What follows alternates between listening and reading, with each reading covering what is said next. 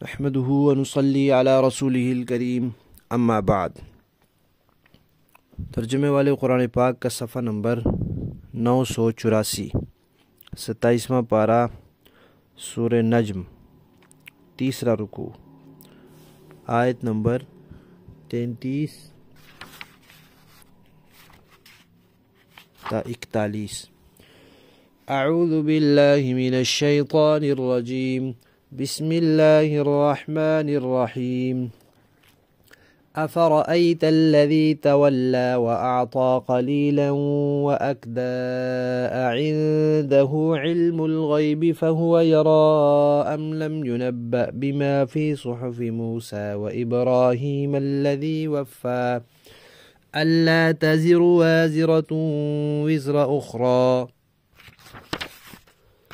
وأن ليس للإنسان إلا ما سعى وأن سعيه سوف يرى ثم يجزاه الجزاء الأوفى۔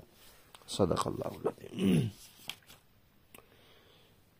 پچھلی آیات میں اس بات کا تذکرہ تھا کہ جو کچھ آسمان اور زمین میں ہے سب اللہ کا ہے، اور جو کوئی انسان اچھا برا عمل کرے گا اس کو اس کا بدلہ دینا پڑے گا، بدلہ اس کو ملے گا۔ اب اسی حوالے سے ایک واقعہ ہے، اچھے برے لوگوں کے تذکرہ آیا تو گمراہ لوگوں کا لوگوں میں سے ایک شخص کا واقعہ ہے۔ حضرت خالد بن ولید رضی اللہ تعالی عنہ کے جو والد تھے، ولید بن مغیرہ نام تھا، وہ مسلمان نہیں ہوئے تھے۔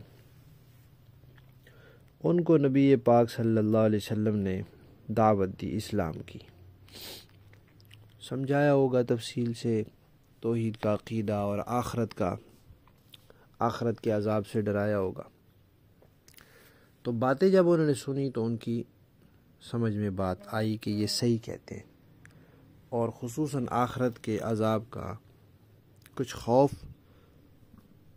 دل میں پیدا ہو گیا، تو ارادہ کیا کہ میں مسلمان ہوتا ہوں۔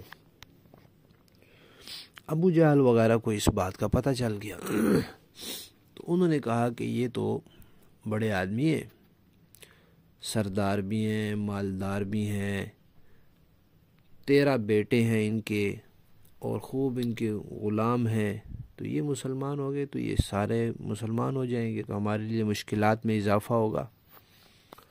تو اس لیے چال چلی،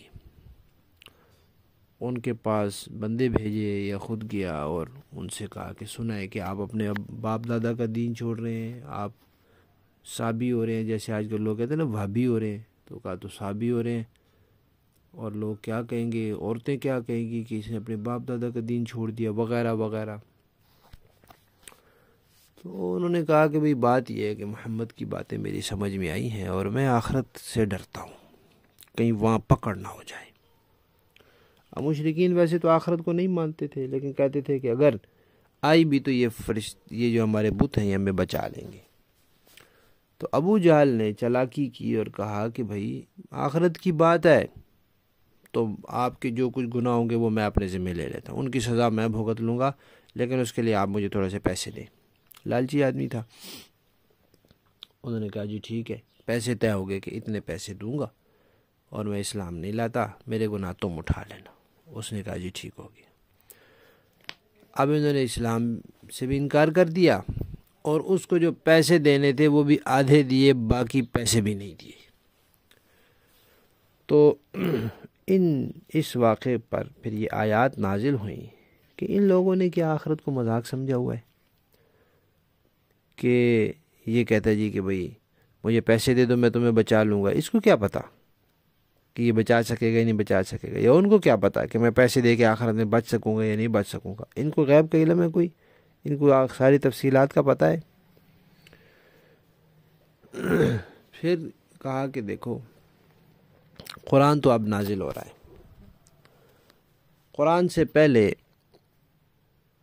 موسیٰ علیہ السلام پر تورات نازل ہو چکی ہے، اور اس سے پہلے ابراہیم علیہ السلام پر بھی صحیفے نازل ہو چکے ہیں۔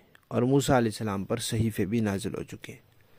ان صحیفوں میں بھی یہ باتیں لکھی ہوئی ہیں کہ کوئی کسی دوسرے کے گناہ کا بوجھ نہیں اٹھا سکتا۔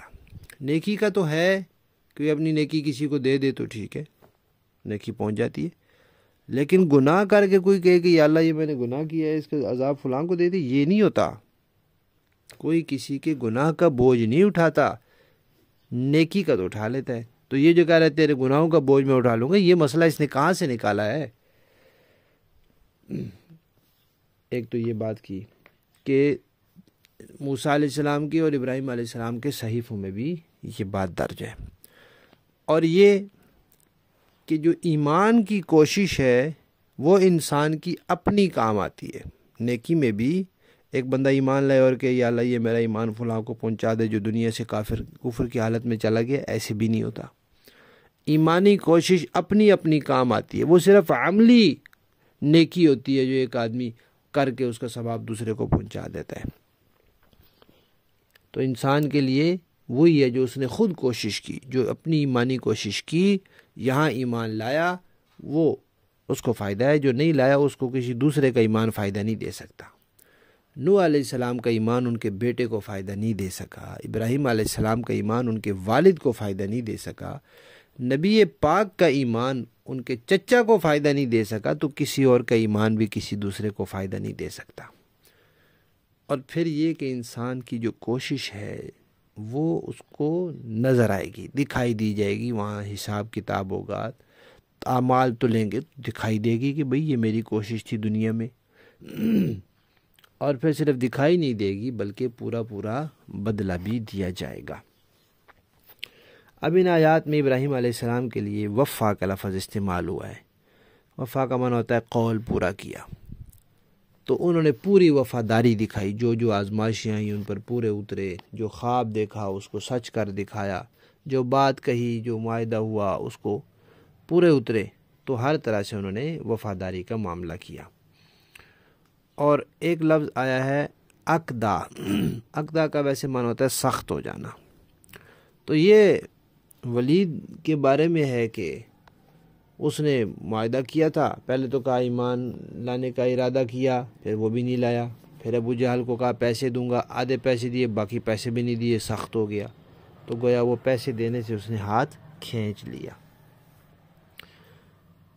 ان آیات سے جو منکرین حدیث ہیں وہ اپنے ایک بات پر استدلال کرتے ہیں کہ قرآن کہتا ہے کہ انسان کو صرف اس کی اپنی کوشش فائدہ دیتی ہے اور کوئی بندہ کسی دوسرے کا بوجھ نہیں اٹھا سکتا، تو اس سے یہ ثابت ہوا کہ ایصال ثواب غلط ہے۔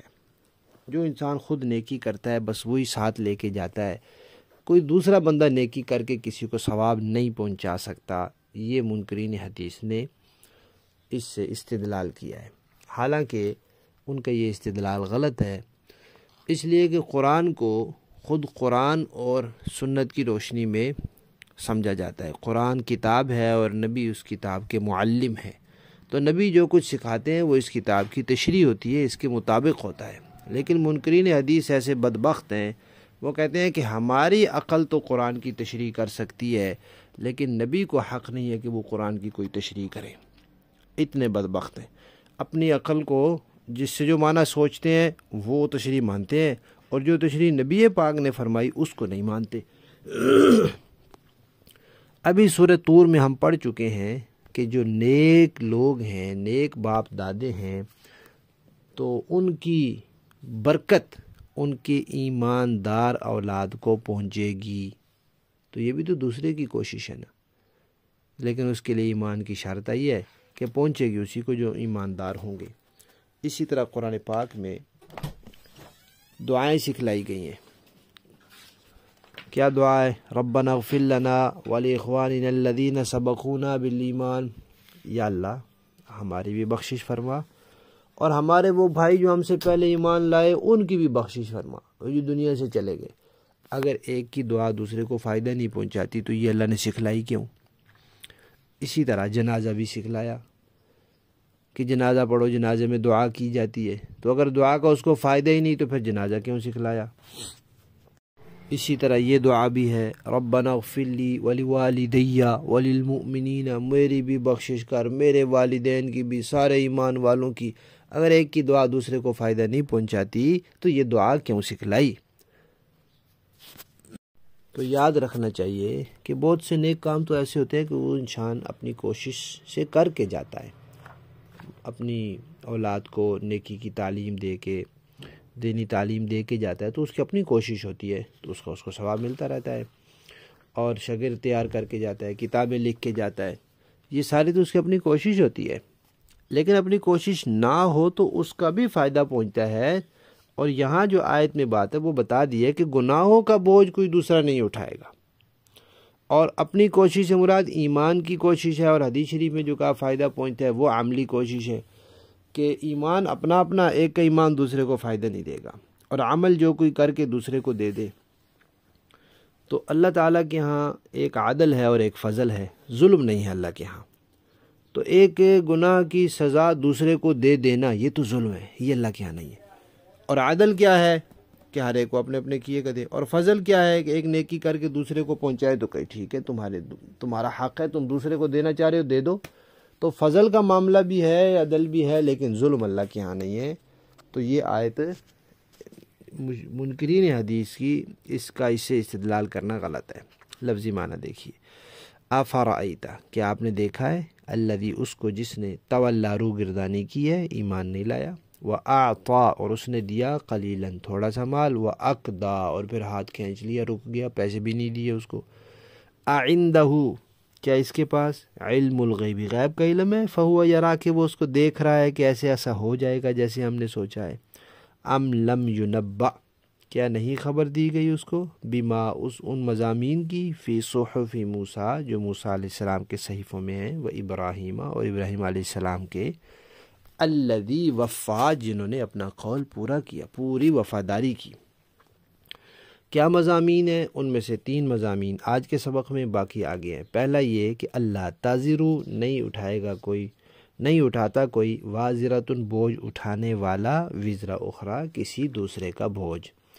دوسرا، وَأَلَّيْسَ، اور یہ کہ نہیں ہے، للانسان، انسان کے لیے، الا، مگر، ما سعی، وہی جس کی اس نے کوشش کی۔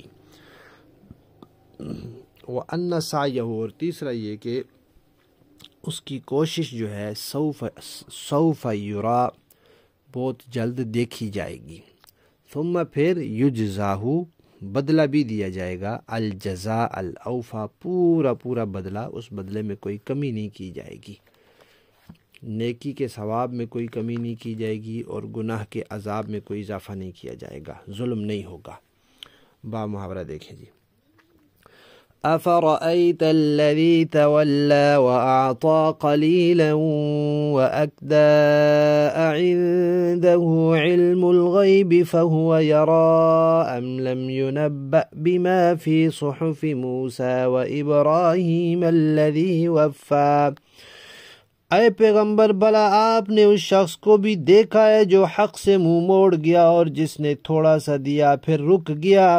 کیا اس کے پاس غیب کا علم ہے جو وہ دیکھ رہا ہو؟ کیا اسے ان باتوں کی خبر نہیں ملی جو موسیٰ علیہ السلام کے صحیفوں میں درج ہیں، اور ابراہیم علیہ السلام کے صحیفوں میں بھی، جو مکمل وفادار رہے؟